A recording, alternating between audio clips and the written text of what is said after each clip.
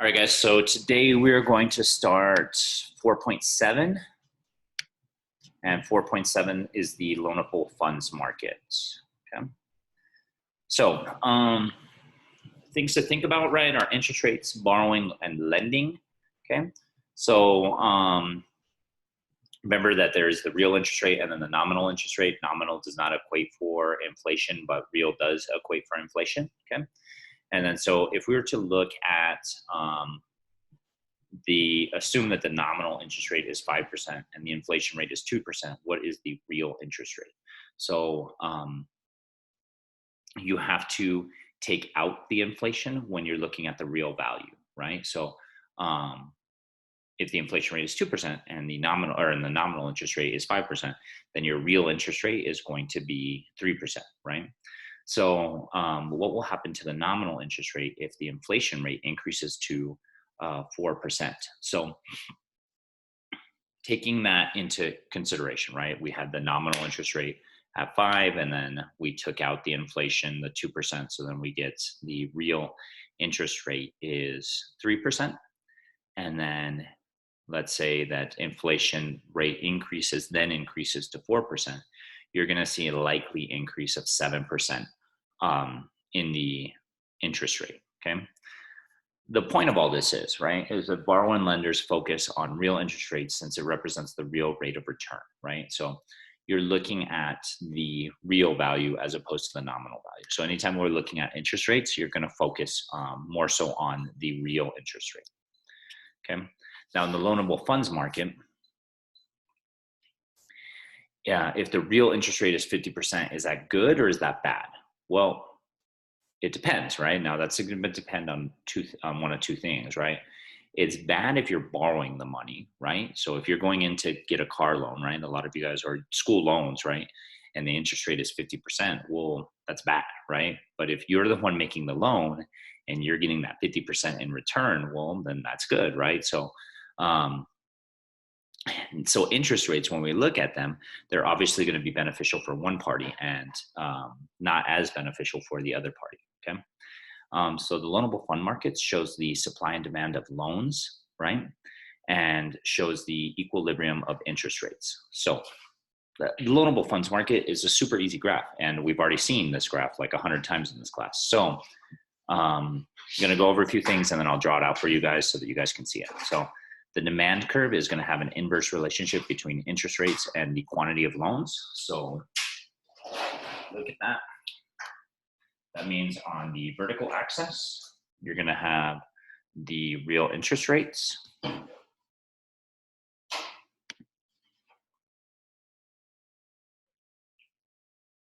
And then on the horizontal axis, right, you're going to have the quantity of loans. And this is your demand for loans. And then your supply curve is going to be a direct relationship between interest rates and the quantity of loans supplied, right? So if we look at this, right? So as interest rates decrease, your quantity of loans are going to increase. And that makes sense, right? Because the smaller amount of interest that lenders are charging, the more people are going to take out loans, right? And then, of course, the supply, right? As interest rates increase, more lenders are going to be willing to make loans, right? So this is not the same as the money market, right?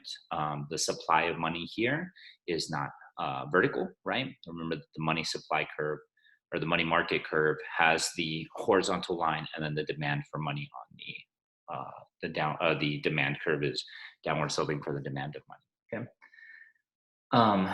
This is the loanable funds market, so we're specifically talking about loans here, okay? Now, so at equilibrium, we look at this point, that intersection between supply and demand. You're gonna have your interest rate equilibrium and your quantity of loans equilibrium, right?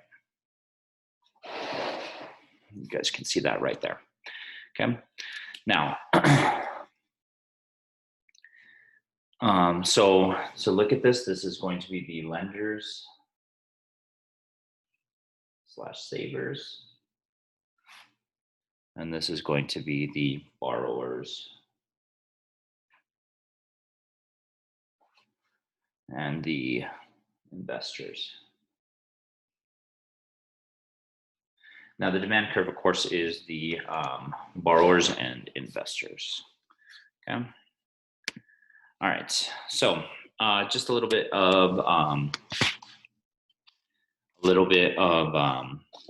few definitions to go over real quick.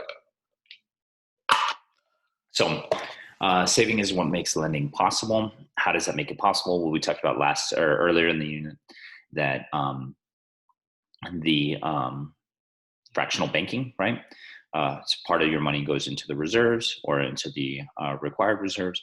The rest, the excess reserves, are lent out and made into loans, and then that creates that multiplying magnitude, magnifies that the amount of money in the economy, right?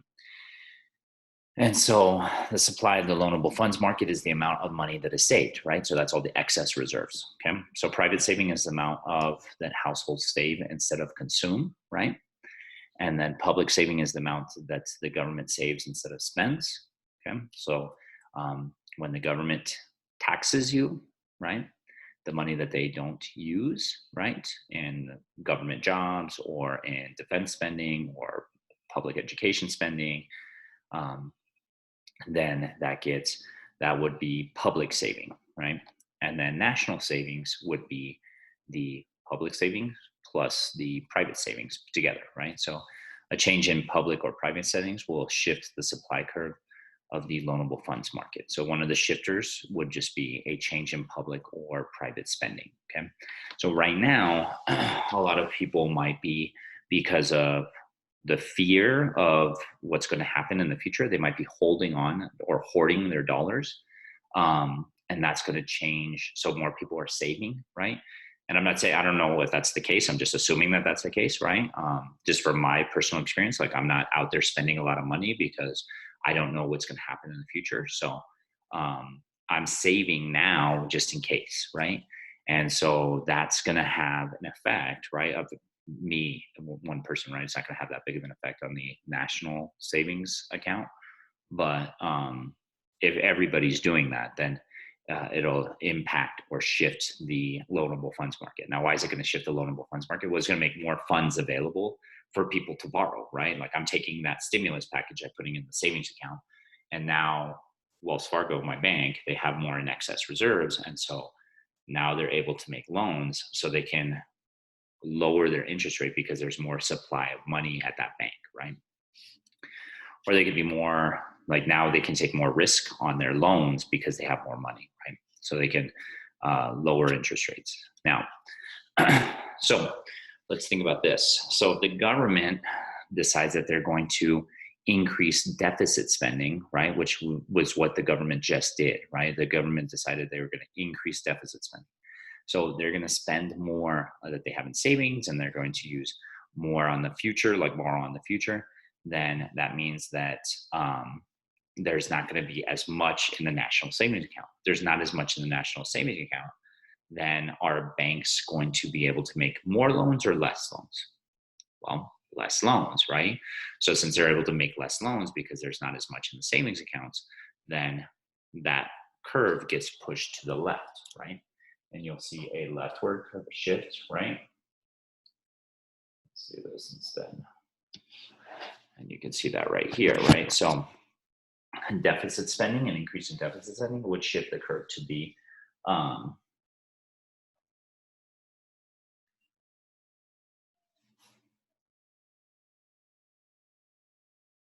shift the curve to the left, right? And then it would increase interest rates, and then it would decrease the quantity of loans, right? Less loans would be taken out, right? Because less loans are being taken out because of higher interest rates, right? Think about that. If you were to go in to buy a car, right? The most common question salespeople ask when you're going to buy a car is, what do you want your payments to be? Because they want to include your interest payment into your payment of your car, right? So when you say, all right, I want to pay $100, right? So they want to already equate like, okay, cool, like they don't want you to know what the interest rate is because they want to just give you the payment like, hey, it's $100, like you can afford this, right? But if you go in and interest rates are really, really high, they're not going to be able to get your payment at $100, right? So they're not going to be able to make that loan. Hopefully that makes sense for you guys. When you buy your first car, you're going to experience that, and you're going to see that they're not going to really tell you really what the interest rate is. They might, but they're going to try to more go on like, give me what you can pay, like, or tell me what you can pay, and I'll work the price around that, right? And they might extend the loan out for like 5 to 7 years, right? So that you can afford the car. But you should always pay attention to the interest rate, right? Because that value, if you're able to lower it somehow, makes your purchase significantly cheaper, right? And so if it's significantly cheaper by lowering the interest rate, you're going to purchase more things, right? And that should make sense to you guys, I think. Okay, so now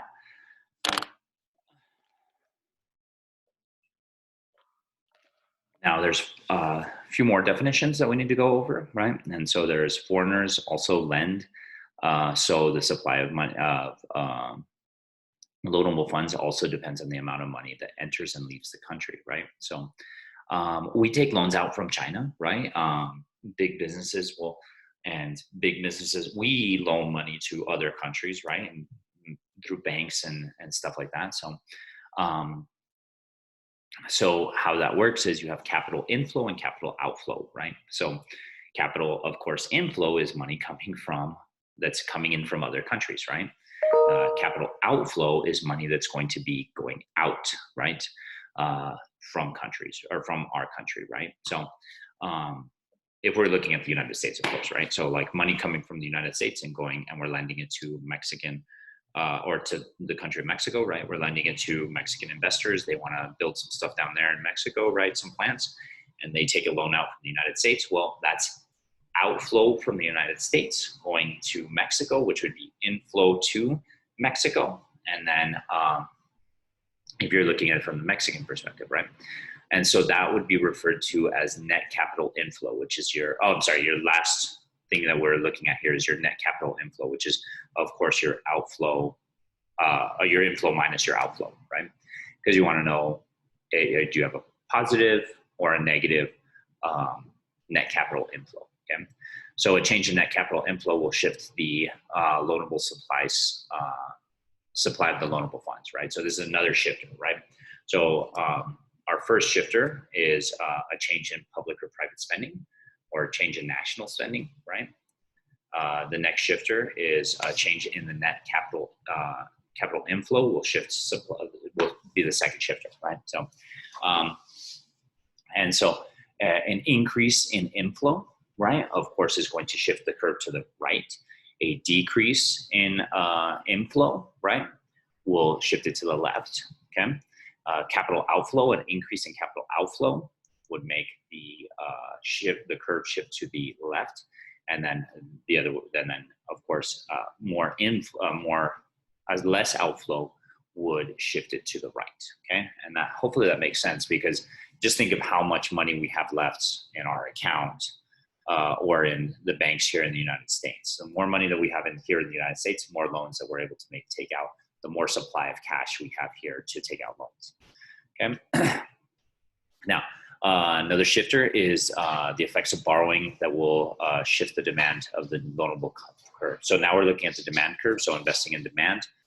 So borrowing is the demand of the loanable funds, and that's downward sloping curve that we've already discussed, right? So private investment, so that's borrowing by business and consumers, okay? And then government borrowing. So deficit spending, when government spending is greater than its tax revenue. So, and that makes perfect sense, right? Tax revenue, we have a perfect example right now is that the government for sure right now is deficit spending, right? Like we just took out whatever the CARES Act was whatever $1 trillion, right? That it increases our deficit spending, right? Because we didn't have as much. Trump lowered taxes, right? And so since he lowered taxes, we didn't have as much in our national savings. So we needed to deficit spend, right? And so we have that. Hopefully that makes sense to you guys. Okay. So again, let's look at the shifters, right? We have the demand shifters are changes in borrowing by consumers, changes in borrowing by businesses, right? So investment spending, okay? And investment spending we saw earlier is strongly correlated to interest rates, right? So if interest rates, of course, increase, right, investment spending is going to decrease, just like consumer spending, right? There's a few things that consumers, right, like you and I will buy at high interest rates because they're things that we need, right? But they get so high, maybe we decide that we're not going to buy them, right? So then there's changing in borrowing by the government, right, and deficit spending, okay? Shifters for supply are going to be private and public savings account, the national savings account. So changes in either of those, and then of course changes in the foreign investment, the inflow and outflow of capital, okay?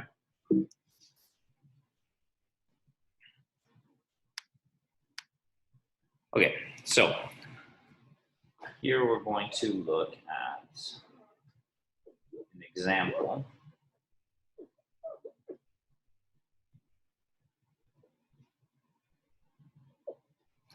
So what would happen to supply and demand for loanable funds if there's political instability, right? So not that there's political instability right now, but countries like Venezuela have quite a bit, and some of those, Latin American countries always have some sort of political instability attached to them. So even Mexico had some political instability at some times in its history. So, even the United States, we've had at some point in our history had some sort of political instability, but if we were experiencing that right now, what's going to happen to the quantity of loans? So first, the demand will decrease as where consumers and businesses borrow and invest less. Why are they going to borrow and invest less? Well, think about it. If there's political instability, the idea of the dollar is that we all believe in it, right? So if the government goes away, then that idea of the dollar kind of goes away as well. So that's going to decrease the demand for loans, right? And so if we look at that, the first thing that's going to happen, right, is interest rates will lower, right? And the quantity of loans will lower as well, okay? And then what's going to happen to then supply will decrease as foreigners are also going to take out less money from the United States, right? So our capital outflow is going to decrease as well. So here we go. So interest rates would stay the same. The only thing that would be different though is the quantities of loans that are being taken out, okay? So we have that small, that would happen, right? Now there's some FRQs that you guys can go over. Those of you guys are going to be taking the AP tests. I'm not going to go over those with you guys, but there's some videos that are attached. So what I would do is, of course, I would practice those videos, and then I would then watch the videos to make sure that you have a full understanding of that. Of course, when the calculus AP test is done, right? All right. Let's go ahead and move on to 1.5.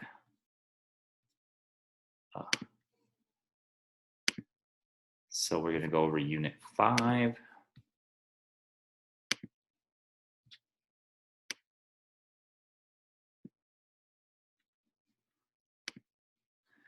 Okay, now Unit 5 is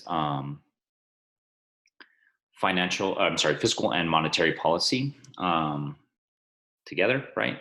And so we're going to look at actions in the short run, okay? So putting fiscal and monetary policy together, remember that fiscal policy is when the government manipulates the economy, right? And that's through contractionary or expansionary policy, right?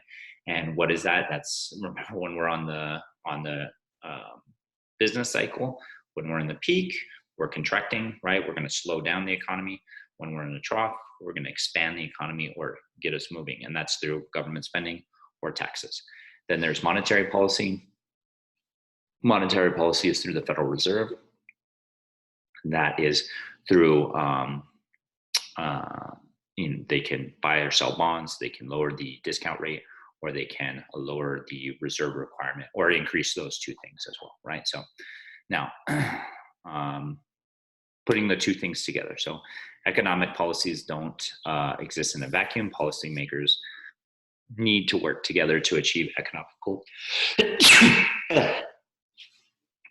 To achieve economic goals. So suppose that there's already a positive output gap, right? What does a positive output gap look like, guys? So a positive output gap is where the equilibrium for the ADAS model is on the right side of the LRAS, right? Or we're in a peak in the business cycle, okay? So, and the government decides that they're going to increase spending. Well, what's going to happen if the government increases spending and we're in a positive output gap? Well, what's going to happen is that your AD curve, right, which is AD equals G, C plus I plus G plus XN, is going to shift to the right, further putting you in a bigger output, right, in a higher peak, because now your AD is much higher, right? And so what's the central bank, or in our case, what's the Federal Reserve going to do? Well, the Federal Reserve is going to be like, oh man, we need to bring the economy back down, right? Or we need to push us into a trough or lower that output gap. Otherwise, we're going to be running too hot, right? And so what they will do is they'll either increase the reserve requirements, so banks now have to hold on to more, right? Remember, buy big, sell small, right? You want to, they would probably start buying bonds, right? Why do they want to buy bonds? Because they want to get less money out of the market. Increasing interest rates, people, that will slow down the I and the C, okay, and possibly G, okay? And the discount rate, then they would increase the discount rate in an attempt to slow down the market, right? So now let's assume that there's a negative output gap. So now we're going to look at the other way. What can we do to, and remember, what's a negative output gap? A negative output gap is when the equilibrium point for your ADAS model is on the left side of your long run aggregate supply curve, looking like this.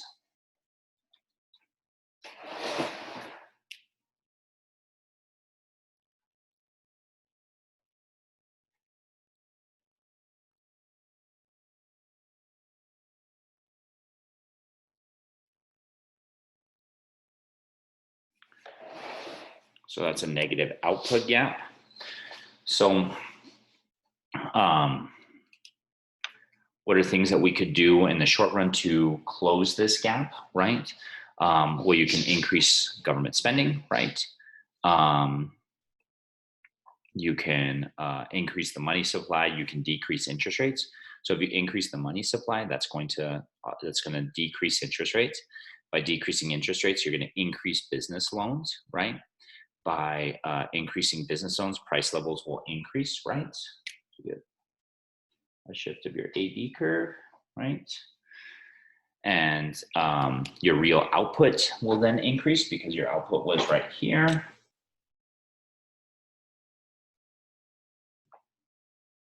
And now you're in long run equilibrium, right?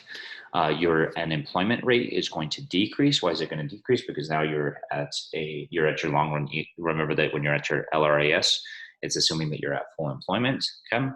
And then budget surplus will go down, and then the national debt would increase. That would increase if you're deficit spending, right? Okay, hopefully that makes sense to you guys. Also on slide 10, there's a good video of getting out of a recession and a good kind of graphic organizer for you guys to go over. Okay? So I'm going to go ahead and end the video there, or the recording, I'm sorry. And